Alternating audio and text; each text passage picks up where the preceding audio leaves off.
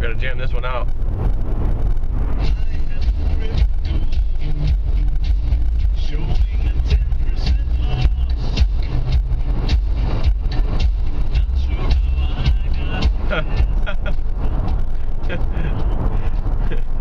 You ask me when, Lambo. I say definitely not today. Oh, listen. I'm looking last night. It's the whole market cap, not just Bitcoin, but the whole crypto market cap's down to 230 billion. So I'm thinking, wait a minute. The lowest we got before a couple times was about 242, 243, somewhere around there, if I recall. And I looked, I scanned, I'm like, yeah, I think we're at an all-time low for 2018 in all of crypto space. Now, if you look at Bitcoin, though, Bitcoin's hovering around $6,500 now, which is kind of where it was back in July before it started ramping up again. But it's been lower this year. It's been what, 58, 5,900? So, of course, my mind goes right into a Wall Street cheat sheet. Especially when you're looking at the whole market, not just one single coin like Bitcoin. When you look at the entire market, crypto market, remember that Wall Street cheat sheet. Big rise up, the big fall down, a couple little dips, and then a bigger dip. Then it kind of recovers, goes sideways for a little bit, then starts going up. And over the last probably 3 months, I'm like, I'm looking at it too, like, okay, well, if this is that first dip, then maybe this is the bigger dip, but if it's the bigger dip, then we need to go lower, which it never really happened, right? We never really got lower. Now, the other thing is, not every single market cycle looks exactly like the Wall Street cheat sheet. So you might find a complete market cycle that takes place, and you're expecting one final low that's lower than the rest, right, of that particular cycle. And then, okay, it's gonna start over again. Well, what if it got close, like it has twice, and that was it? Well, you could still come out here and argue, oh, well, the market cycle, looks like it's completing and it's about to turn around. But that's not the case. The whole market, crypto market, has hit a new low for 2018 of $230 billion. So, does that mean that Wall Street cheat sheet in this case is going to be pretty damn accurate in that final little, dip is the lowest of the cycle or whatever, after the big run up, and then we start new, runs up again. Now, if we go with whether it's the psychics or even, look, the chartists are saying the same thing too, okay? Which is, okay, hey, it looks like August, this dip, whatever happens, that should be the kind of final, one of those episodes, where we start to finally get into a bull market. Whether that's a slow, jog into the bull market or a sprint or whatever, whatever.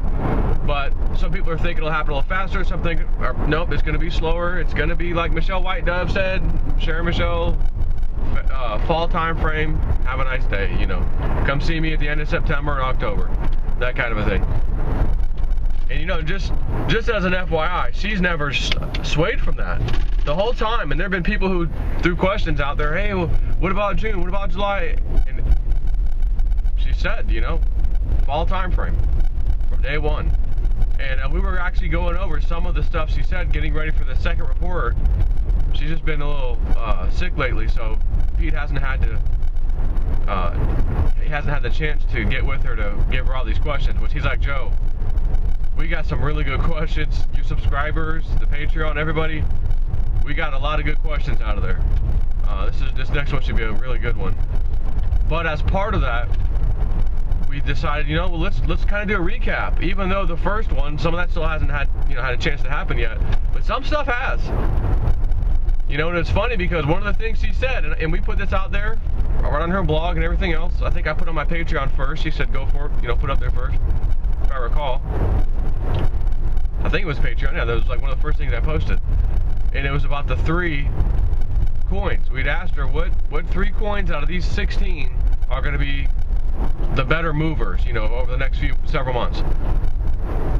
And she gave Neo, Digibyte, and I think Veritasium. Against those coins, of course, not the whole market, but against the 16 coins. We picked some good coins in there out of that 16. And if you look back at the performance of these things, you're going to be pretty shocked to see which coins were on top. Seriously. And we were doing a little recap. Pete's like, hey, I got the percentages. We're going to add this all to the report and just say, look, she said this and this, you know, that kind of thing. The reason I'm telling you this is because my mind is not being changed at all. I saw a video from Greg, my buddy. I love Greg. Greg Manarino. I love Greg. He's that dude. But Greg has had enough. He did a video, I think it was uploaded yesterday. And he's had enough. Guys, I told you, when Bitcoin was $2,800, I said get in, it's going to at least 5. It went to 10. You know, he's given some examples. He said at the end, when I heard about the futures, I told everyone, I think we got to get out of this. That sort of thing. And I think he got back in though. And then he said, now we've got the ETF thing coming. He's like, where this whole thing's the whole premise behind all this was decentralization, and here we are putting some of the old stuff back in, the ETFs and the future. Like, that's not what this is supposed to be, He's got a point. He's got a point. But if these people have to control every damn thing, and that's just the way life is, which is why the 1988 cover of The Economist magazine told us, get ready for a currency, we'll call it the Phoenix coin, which appeared to be digital when I read the article to you guys that I found online. And said, damn, we're in 2018 now, and this was last year we really started talking about that magazine. Wow, one more year, and it's the exact date they said. All the dollars on fire, burning up, the Phoenix rising from the ashes. Again, if this was the plan from the get-go, and the elite were just so brilliant, and they played all of us, not even necessarily all of us, because we've talked about this, like, you know what, there's a real possibility that this was supposed to be. Crypto didn't just come out of nothing. And my example has always been,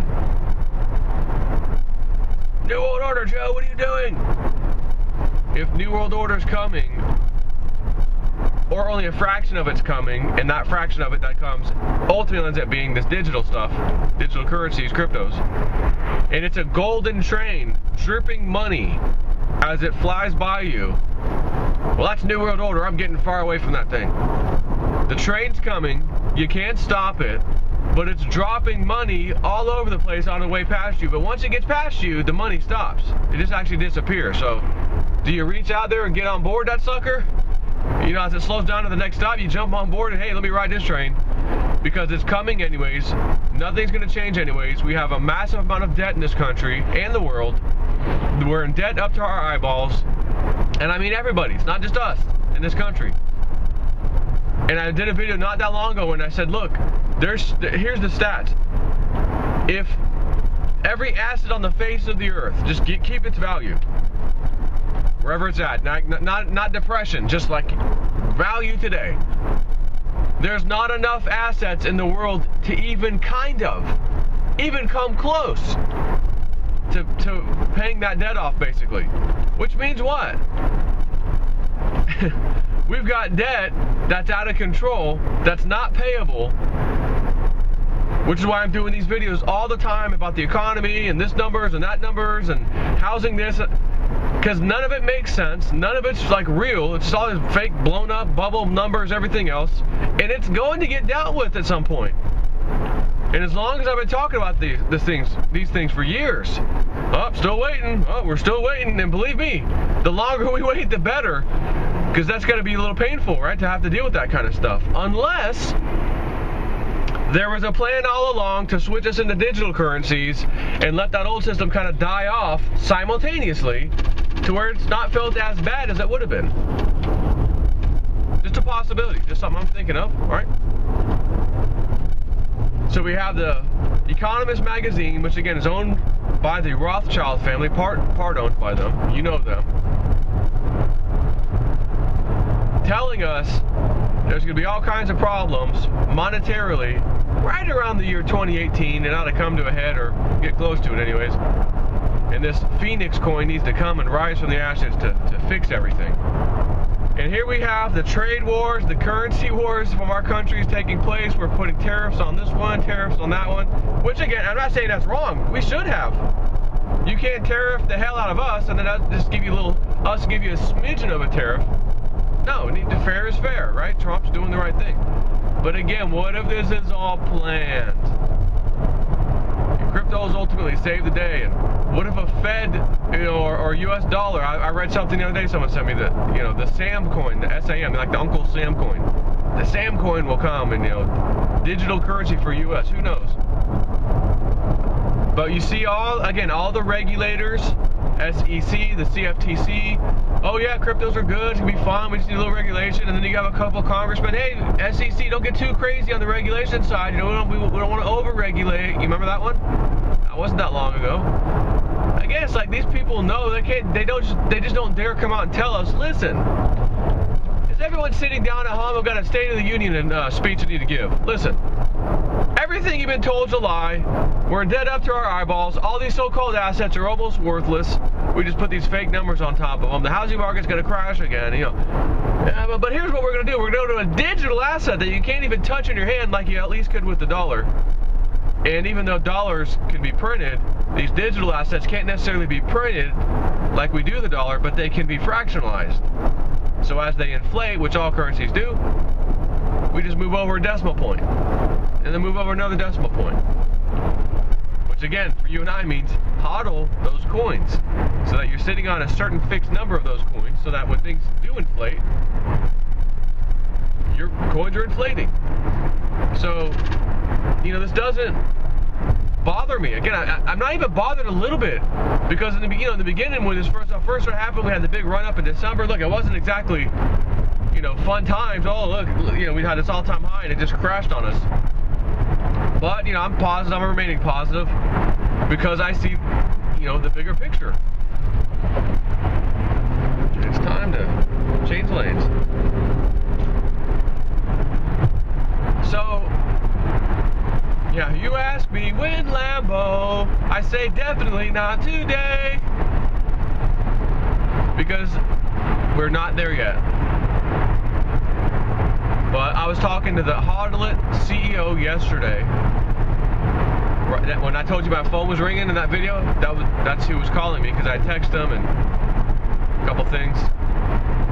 And I'm just going to go ahead and tell you. And I haven't even told Bitcoin Ben yet, because once I was done, I had to go into the house. But me and Bitcoin Ben, like I said, we were talking about, wouldn't it be cool to do like a little, not but several pit stops, if you will, in the RV across the country. And I'm not sure if we'll do, half the country, the whole, East Coast to West Coast, or maybe East Coast to the Middle or Midwest or something, I don't know. Whatever we decided. Where we talk about this stuff and we promote Hodl It at the same time. Because it's going to be, I think, a monster. It's going to be a great idea to do the savings and stuff. And, in crypto. It's going to happen. Today doesn't look like a good day to even talk about crypto. Oh my gosh, where are all the crypto people? Well, I'm out here right now, driving to work like I always do. Hey, it's time to chat. I'm not scared about this, but I said, listen, I don't know if Bitcoin Ben talked to you about the RV idea. He's like, no, not yet. I said, okay. Well, he was over here recently, came by, and we had a nice little chat about everything. And we were thinking, man, wouldn't it be cool? Me, him, and like 2 or 3 other guys, crypto people on YouTube, we decide, all right, guys, we're taking, 3 weeks off or something like that from our jobs. Some of us still have day jobs. And go on a little bus, a little RV, blockchain tour, so to speak, where we just do, it's kind of basically meetups, you'd say. We're not going to rent giant places. I don't think that many people would show up, but I think just a sizable place that we can do meetups. And then we go to the next stop, do another one, go to the next stop, do another one. And I said, look, I got the RV, it's sitting here. And I wouldn't mind if you wanted to wrap it, Hodl it wanted to wrap the thing in its, logo and put some little text, on the thing, savings account, whatever, I don't care. And I'll pimp that thing out. We will run. And he said, listen, I can't commit fully because I've got to talk to the team. But between you and me, I like the idea. And I'm going to say I'd like to do that. So I was like, sweet. That will be freaking cool. And Ben's like, dude, I'm a truck driver. For God's sakes. I'll drive most of the time. I only need a few hours of sleep. You take over. We're trying to get somewhere in a hurry. You take over. You get your sleep. And then I get my sleep. Then I get back on behind the wheel. Like, all right, done deal. Let's do this. I'm thinking, man, we could do live streams and just videos, whatever, on the way. A little road trip. I think it'd be a lot of fun. And we might record. I'd say we'd be smart to just record every single meetup and either grab pieces of each one, or if there's one that's just better than the rest, like, hey, that was a really good one, then we just upload that to our, one of our channels or all of our channels, whatever, to, just put out there for everybody, So it'd be a good chance for you guys to meet some of your, favorite people on YouTube. It's not just gonna be me, it's gonna be others that would come with us. So, I know at least one more, and I believe it was Bix. I believe Bix said I would do that. Like, count me in. So there's at least Bix, me, Bitcoin Ben, and I'm not sure if he talked to Omar or any other people, but we're just thinking, 4, maybe 5 total. 4, I think we could sleep comfortably, not have to, like, sleep 2 in a bed, that kind of thing. Because we do have a queen back there. But the other side of this is, the CEO from Hodl It was like, hey, he's like, I would honestly, I just give you guys, some per diem, and you could get hotels and things like that. We don't have to cramp up in the RV. All these, guys, all these dudes in that thing. So that would be, that would work too. You know what I mean? That would be okay. So I don't know, just some thoughts. Again, I see a very, very bright future for crypto. And if the whole debt system and all that wasn't in place, wasn't actually a thing, and governments and countries managed the money properly, we didn't do this damn fractional reserve banking and printing money out of thin air and all this crap, and this debt-based society that makes this debt come in the first place, I might have been reserved for maybe forever, or at least a long time. Like, I don't know about those cryptos, guys. I mean, what are they going to fix? Everything's fine, the economy's doing good. There's not really much debt in the world. Like, I'd be arguing against it. Why would we go to these digital things, guys? This doesn't make sense. There's nothing backing them. Then again, there's nothing backing our own currency. So what about that, right? But if something else comes out that isn't backed by anything, to replace something else that isn't backed by anything, but it's still better, the thing that's backing, the new thing, the digital one, well, it still makes sense to go to that. Backing or no backing, it's better than the old thing. And again, you add in the debt and that kind of stuff, for me, it really is seriously like a no-brainer. And I'm excited to see what where this stuff goes, and to look back and say, holy crap, we had a part of something huge. And someone told me, I don't know if it was Ben, it may have been Ben when he was there, he's like, he's like, listen, I think we're gonna look back when we see this several years from now, maybe more than several years, and when we see where this stuff actually goes, dude, he's like, think about it, there's gonna be videos of you, me, and all these other people who are out here talking about crypto and telling everybody about it and getting everyone ready for it. We got to ride this thing up from the beginning, and we had something to do with it and getting the word out and all this stuff. He's like, we're gonna kind of go down the history books. I'm like, yeah, you're right. That'd be pretty freaking cool. So, anyways, got the sun in my face now, and I don't want to block out the camera so you can't see me at all. So I said my piece. Look, I think we're at that final dip of the Wall Street cheat sheet, which means it should go back up a little bit. But at the same time, we may go down a little more first. We got to see where that dip goes to. It's already at the lowest point. So if, for example, Bitcoin went down below 5,900, well, the market cap for all of them is already lowest as it's been this year. So that's okay, as far as the Wall Street cheat sheet goes. But if Bitcoin were to go down even more and everything else didn't, or they did, you get down to like a $200 billion market cap. Well, that's right in our faces, you know what I mean? So let's just do what we do. Sit, you know.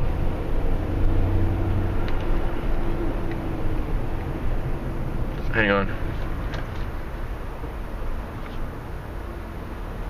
Got a guy stalled out in front of me. I'm just gonna stop and let him go across. There we go. Funny, he's got this like custom paint on the back of his car. Just the back half. And it had dollar bills flying all over the place. I can't show it to you now, you can't see it. But speaking of fiat money and dollars burning, Economist magazine. So, yep, look. Fall time frame, we're gonna see what happens. Shake out the weak hands, shake them out. The elite want their buddies in there. Let's push the market down, give it the final hoorah. Prepare for the upside on the other side of this. So, again, wouldn't you like to be right on their coattails and be a fly on the wall and hear what they have to say and do what they have to do? If you knew what they were saying and doing in the background, like, you know, again, you got J.P. Morgan, Jamie Dimon again, poo-pooing cryptos, like Big said in his video, which was for his private road to Ruta members. You know, he talks about, you know, here he's like, how do you know when it's going to turn around? Well, Jamie Dimon comes out, and he went through several examples and said, look, here's where he said this, and we found out his traders were actually trading cryptos when he was talking about firing them. If anyone fired Bitcoin, I'd fire him. If they were trading Bitcoin, I'd fire him. That's incorrect. You've him and his subsidiaries, you know, his companies and subsidiaries, were doing just that, buying them up and trading. So that's BS. And then the price went higher. Then he's quiet for a while. Then he comes out. Price goes down. He talks crap. Then it goes back up again after he's done talking crap. So here's Jamie Dimon just very recently poo-pooing cryptos again. So again, we don't need no magic 8-ball. We don't need no psychics. Just look at Jamie Dimon. Anyways, the sun in my face. Take care.